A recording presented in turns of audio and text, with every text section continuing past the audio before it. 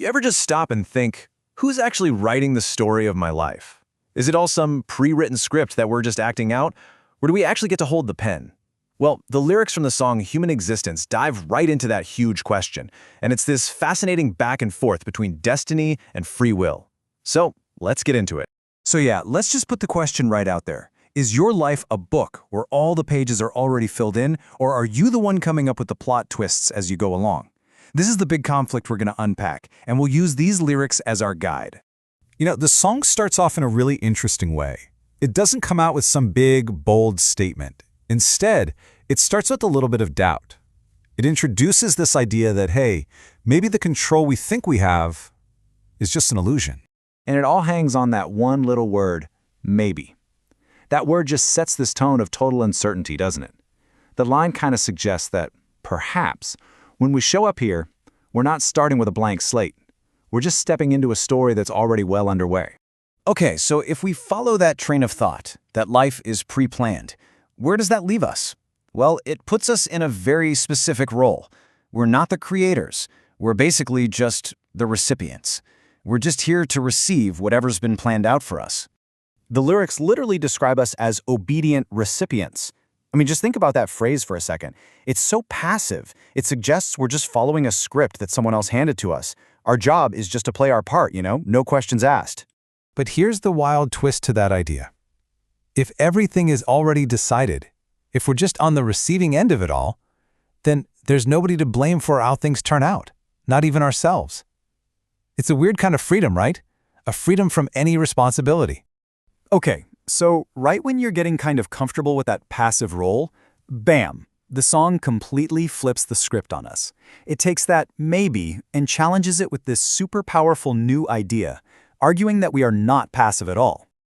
And there it is. That uncertain maybe from the beginning gets totally replaced by a confident yet we. This is the real turning point. We're not just recipients, we are active ingredients. And an ingredient isn't passive, right? It actually changes the whole dish. It's a vital, transformative part of the whole thing. So this really brings us to the central tension of the whole song. On one side, you've got the recipient, passive, just following along. And on the other, you have the ingredient, active, actually shaping the outcome. The lyrics are basically forcing us to ask, okay, so which one am I? Now, if we decide to accept this idea that we're active ingredients, the lyrics suggest the next part isn't automatic. It's not something that just happens.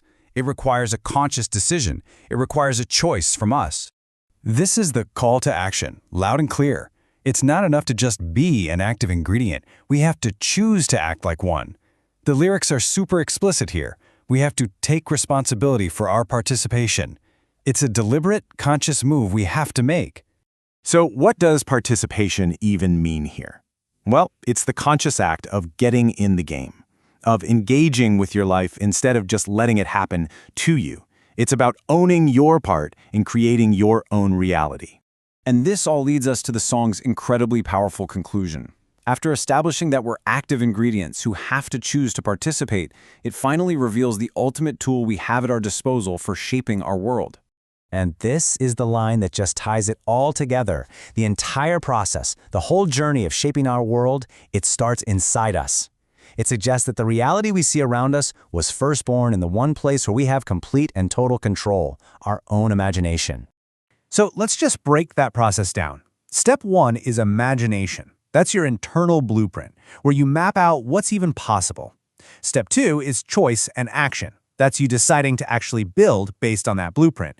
And then step three is the result, the reality you live in, which is a direct reflection of what you first created in your head. And that leaves us with this final, really empowering thought.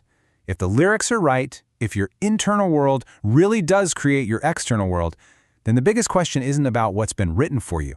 It's what will you choose to imagine and therefore create next?